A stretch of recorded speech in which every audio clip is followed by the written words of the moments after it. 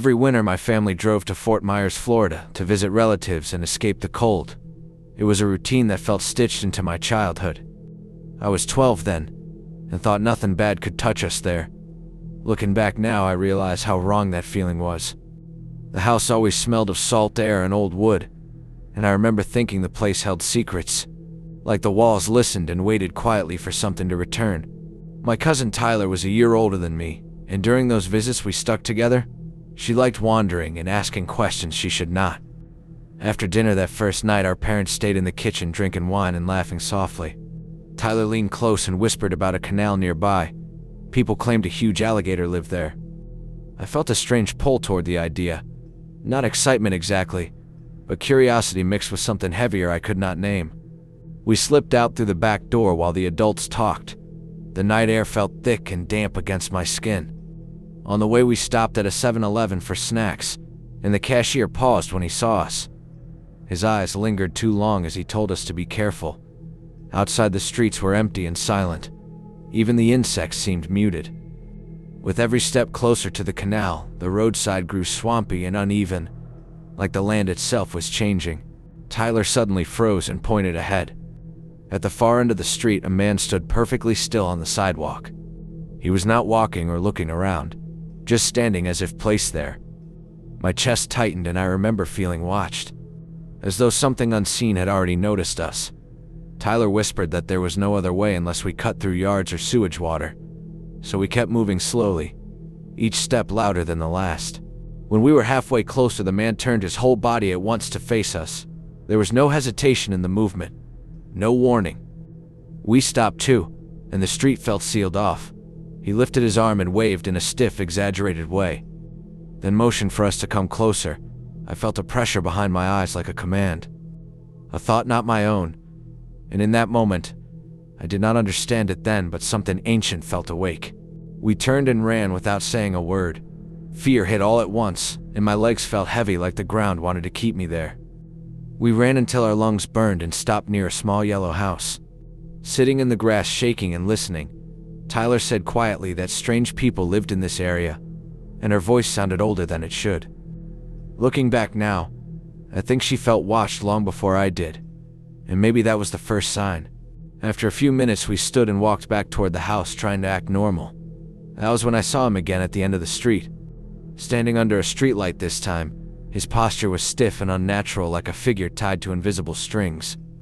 The light showed his face clearly, and it unsettled me more than the darkness had. I felt like the light was meant for us to see him, and for him to see us. He looked about 40 with slicked back hair and a nose bent slightly to the side. His mouth formed a closed smile that never touched his eyes. It felt practiced and intentional. He raised his arm and waved again slowly. My stomach dropped and I felt frozen, as if something was pressing down on my chest. Later, I would think about binding symbols and how fear itself can act like a restraint when someone wants control, not noise.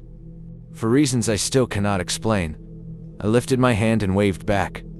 The second I did, his smile vanished completely. His arm dropped, and the street felt empty of sound. Then he started running toward us full speed. Tyler screamed and bolted.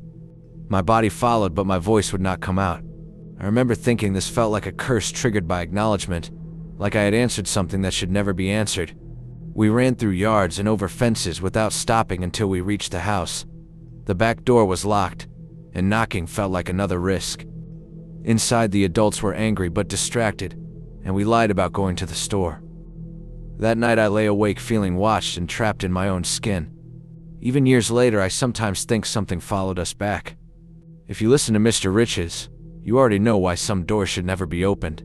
The rest of that trip passed quietly, but the feeling never left me. During the day, everything looked normal, yet at night I felt a weight in my thoughts, like something had marked me without leaving a visible sign. I remember small things going wrong for no reason. Lost objects, sudden headaches, whispered dreams I could not repeat. Looking back now, it felt less like coincidence and more like lingering misfortune tied to that moment of eye contact.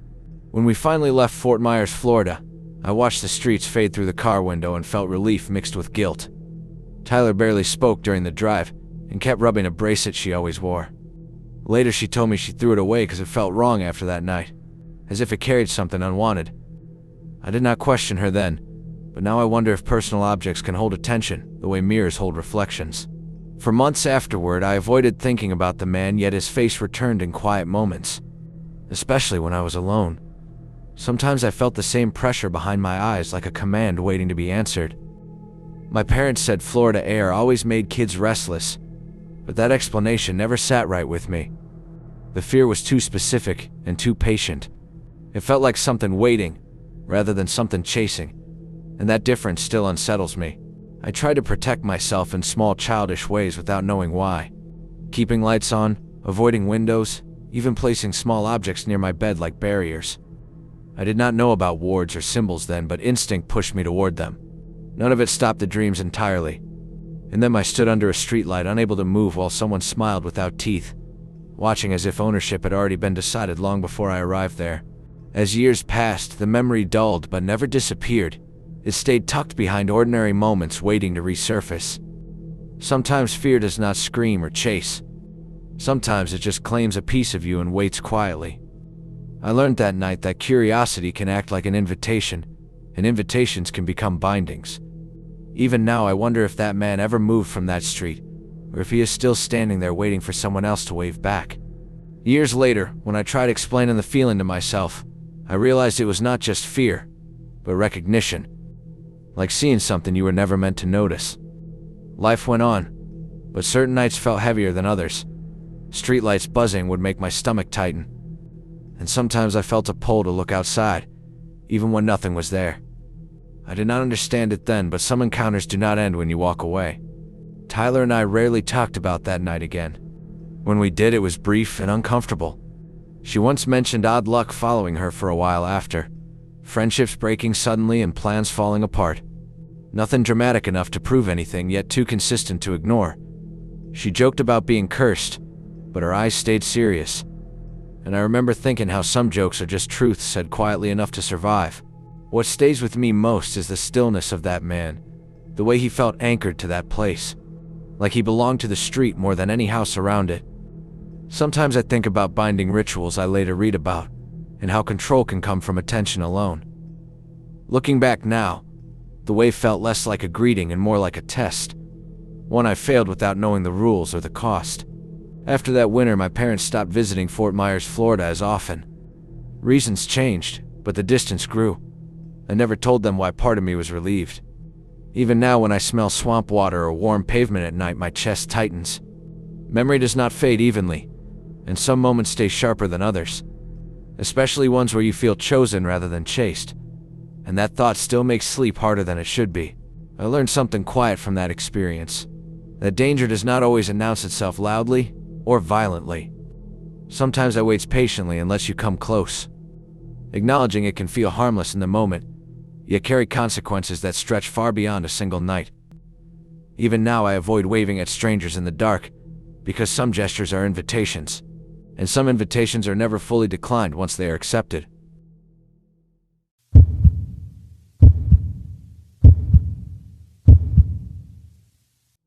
About 10 years after that winter night, I was older, and convinced those fears belonged to childhood. One late summer evening, two friends stayed over at my house, and we wanted the night to feel memorable. Our town in Massachusetts was quiet and small, and nothing ever happened there. Close to midnight, we decided to sneak out and walk toward the local high school, laughing softly and feeling untouchable, not realizing how quickly familiar roads can change their mood. The walk there was easy and calm. We stayed in the middle of the road because no cars passed and the darkness felt harmless. We talked about school starting again, and small plans that felt important then. When we reached the high school, we laid on the turf field staring up at the stars. Time slipped by unnoticed, and for almost an hour nothing existed beyond the sky above us. Looking back now, that calm feels staged, like the silence before a shift. When we finally headed back, it was close to 1 in the morning, and the air had cooled. As we approached a T intersection, I noticed headlights ahead. A car sat completely still at the stop sign on our side of the road. No traffic anywhere, and no reason for it not to move. We kept walking while watching it. The longer it stayed there, the more my instincts tightened, as if something wanted us to notice its patience. The car slowly pulled forward and turned toward us, passing close enough for us to see it was an old white Mustang. One of my friends yelled a stupid comment about the car trying to be funny. The moment barely lasted before the Mustang slammed on its brakes. My heart jumped into my throat and the night felt suddenly crowded. The car peeled into a fast turn and every warning in my head started screaming at once. I shouted for us to run and we sprinted down the street without thinking. Fear stripped everything else away. We cut toward the road where we first saw the car and dove into the woods just as the Mustang rolled back toward the intersection. Leaves scratched my face as I hid low and listened, realizing too late that attention can act like a signal, and some people do not follow out of anger, but out of intent. We barely had seconds before the car turned down the road. From inside the trees, I watched it slow roll past like it was searching. The engine idled low and deliberate. My breath felt too loud in my chest and I pressed my face into the dirt. I remember thinking this felt familiar, that same sense of being noticed, as if hiding was not avoidance but delay, like something expected us to make the next mistake ourselves. The Mustang stopped and two men stepped out, both large and confident in their movements. One held a long metal rod that caught the moonlight. They stood there listening and then started shouting threats into the woods.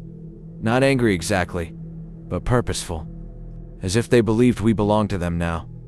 I covered my mouth to hide my breathing and felt my heart pounding so hard it seemed impossible they could not hear it.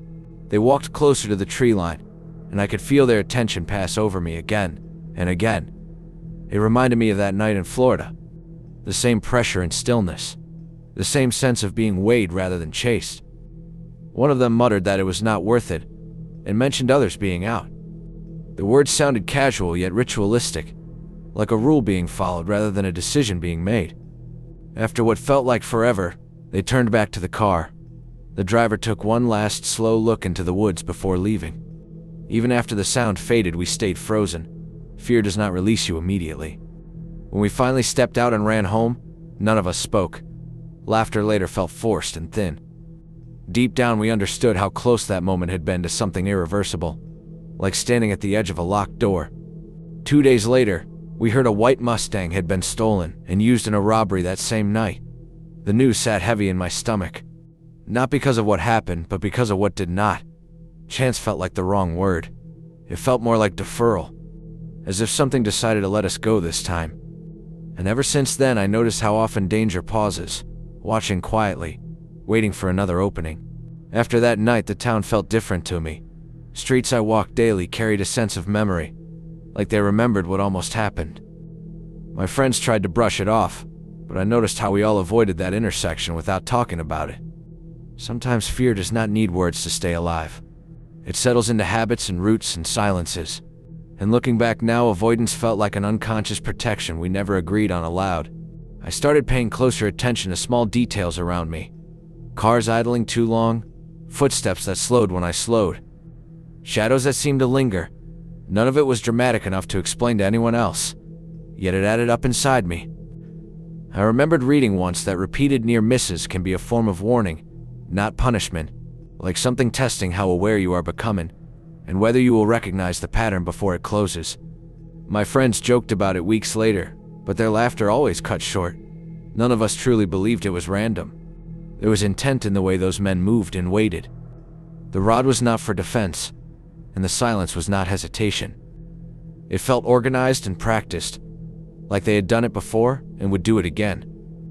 And that thought stayed with me longer than the fear itself ever did.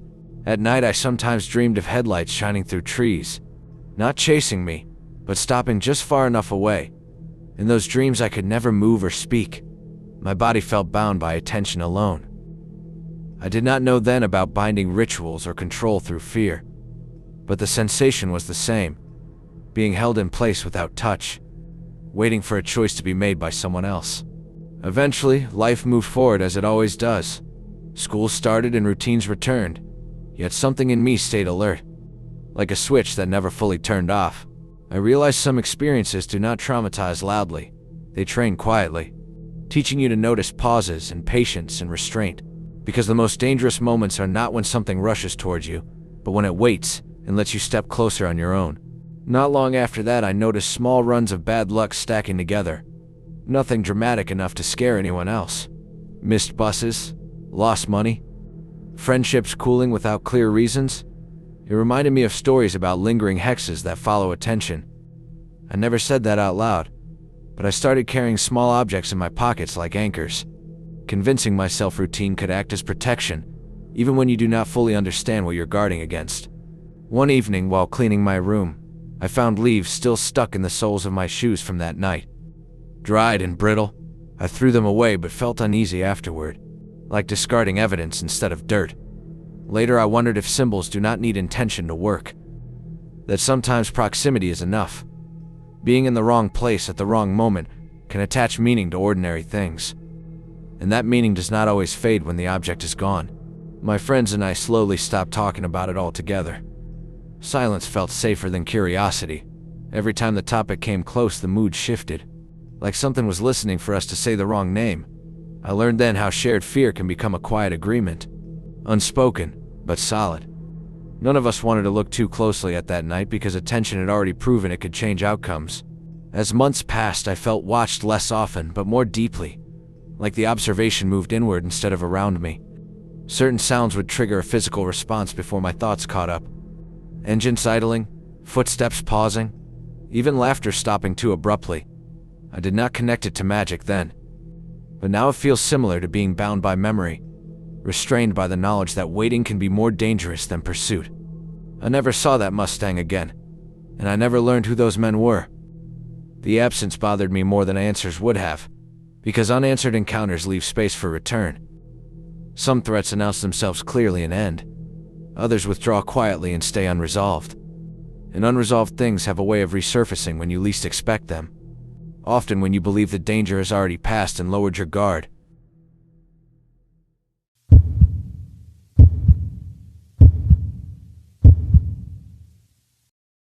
When I was 16, I had a strict curfew, but my friend Ethan did not. One Saturday night in 2013, he asked if I wanted to explore an abandoned hospital across town. My parents were asleep, and the idea felt reckless in a familiar way. I snuck out quietly and grabbed my bike. The air felt charged as I rode to his house, like the night itself approved. I did not understand then how often curiosity had already led me into waiting spaces. We rode together until we reached a fenced-off property, where a tall brick hospital stood behind rusted wire. The building looked too intact for something abandoned, like it was being preserved rather than forgotten. We hid our bikes and climbed the fence easily. As soon as my feet hit the ground inside, I felt that same pressure settle in my chest. Not fear exactly, but expectation, like entering a place that had been prepared long before we arrived. We circled the building until we found a broken basement window, and Ethan climbed in first while I held the flashlight. The darkness below swallowed the beam in strange ways. Once inside, the basement felt cleaner than expected, storage rooms and boilers still intact. We found a stairwell and pushed through a rusted door into the main floor. Some lights were still on, and the buzzing sound made everything feel wrong, like the building was half awake. We explored room by room quietly. Most doors were open and empty, equipment gone but floors clean. It felt untouched, as if visitors were discouraged without signs. One door stood out because it was locked, something patient rooms should not have. We heard soft thumps from the other side and exchanged looks. The air felt thick there, like something was being contained rather than kept out. And I remember wishing we had never noticed that door at all. In the adjacent room, we saw small holes punched through the wall, and one was big enough to look through. I knelt slowly and pressed my eye close. At first the darkness showed nothing. Then I saw a woman in a long white dress leaning against the far wall. Facing the locked door, she was completely still, and I felt the room narrow around me, like attention had finally settled and found where it wanted to rest. I pulled back and whispered for Ethan to look. My voice sounded wrong in my own ears. He thought I was messing with him until he leaned down and saw her too. His breath caught sharply, and the flashlight shook. We did not speak after that. Fear settled quietly between us. The woman did not move or acknowledge us. Yet I felt an awareness pressing outward, like she knew exactly how long we'd been watching. Ethan said we should leave and stood up quickly. I stayed kneeling for one more second without knowing why. When I looked again through the hole, the woman was no longer at the wall. She was closer now, kneeling on the floor and staring directly back through the opening. Her smile was wide and calm and wrong, not excited or angry, just certain, like this moment had been expected and carefully waited for. I screamed before I understood what I was seeing. The sound echoed violently down the hallways. Ethan did not ask questions and grabbed my arm as we ran. Every buzzing light felt louder, and every shadow deeper. We tore back toward the basement stairs. I kept expecting hands on my shoulders or fingers closing around my ankles. Fear turned every second into something heavy and stretched, like time itself wanted us to stay there longer. Ethan climbed out of the window first, and I followed, struggling to pull myself through. Panic made my body clumsy, and I was convinced she would grab me from behind. When my feet finally hit the ground outside, I did not stop running. We grabbed our bikes and pedaled hard without speaking. The night air burned my lungs and the building faded behind us. Yet the feeling of being watched did not stay behind with it. At Ethan's house, we did not laugh or try to rationalize what happened. Silence felt like the only safe option.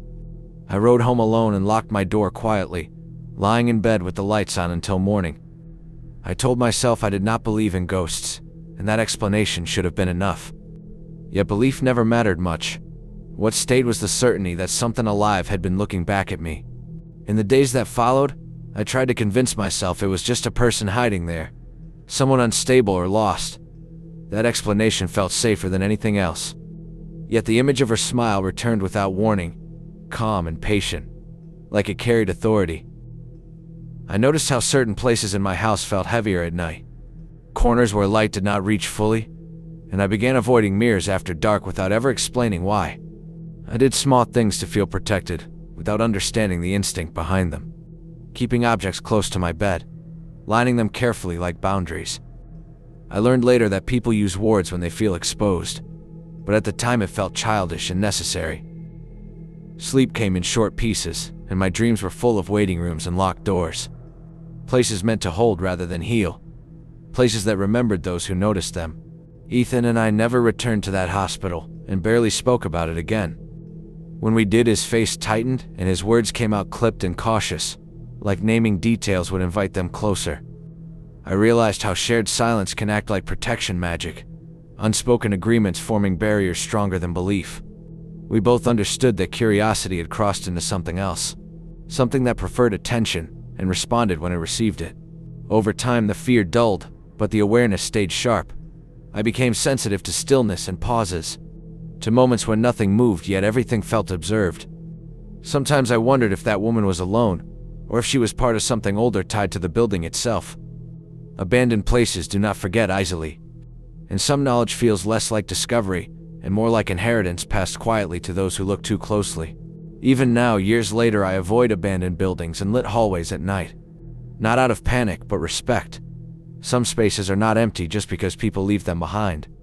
They hold intentions and waiting and memory. I never sought answers, and I never want them. Because whatever looked back at me that night did not feel finished. It felt paused. Like something that knows exactly where to find me if it ever decides to continue. There are moments even now when ordinary silence feels too intentional. Like the quiet before something responds. I catch myself holding my breath without realizing it, listening for sounds that never come. And I think about how attention works both ways. How noticing can be an invitation. Some nights feel heavier than others, and I cannot explain why. Only that the air feels crowded, as if memory itself has learned how to wait patiently. I never told my parents about the hospital or the woman in white. Some stories feel unsafe once spoken aloud, like words can act as names, and names can act as doors. Instead, I carried it quietly, and learned to recognize that same pressure when it appeared elsewhere. In long hallways, empty streets, locked rooms, the feeling is subtle but unmistakable. The sense that something has registered your presence and decided to remember it. Sometimes I wonder if these experiences were connected, or if they only feel that way because they taught me the same lesson repeatedly. That danger does not always rush forward. Sometimes it observes and waits for acknowledgement. The man under the streetlight, the car at the intersection, the woman behind the wall. All of them shared patience. Like control mattered more than speed. And that pattern feels harder to dismiss the longer I live with it. I still dream of places where movement feels restricted and speech feels optional. Where smiling faces wait without urgency. In those dreams I have not chased or harmed, just seen. And that feels worse somehow. Because being seen implies choice. as if something is deciding whether or not I am worth the effort. I wake up with the sense that the dream did not end. It simply stepped back and chose to wait longer. I do not believe these moments are finished or resolved. They feel suspended rather than ended, like threads left loose on purpose. Some nights I think about how close attention came to becoming ownership, and how easily curiosity could have tipped into something permanent. I move carefully now and avoid acknowledging what stands too still in the dark, because I learned once that some things only start moving after you notice them.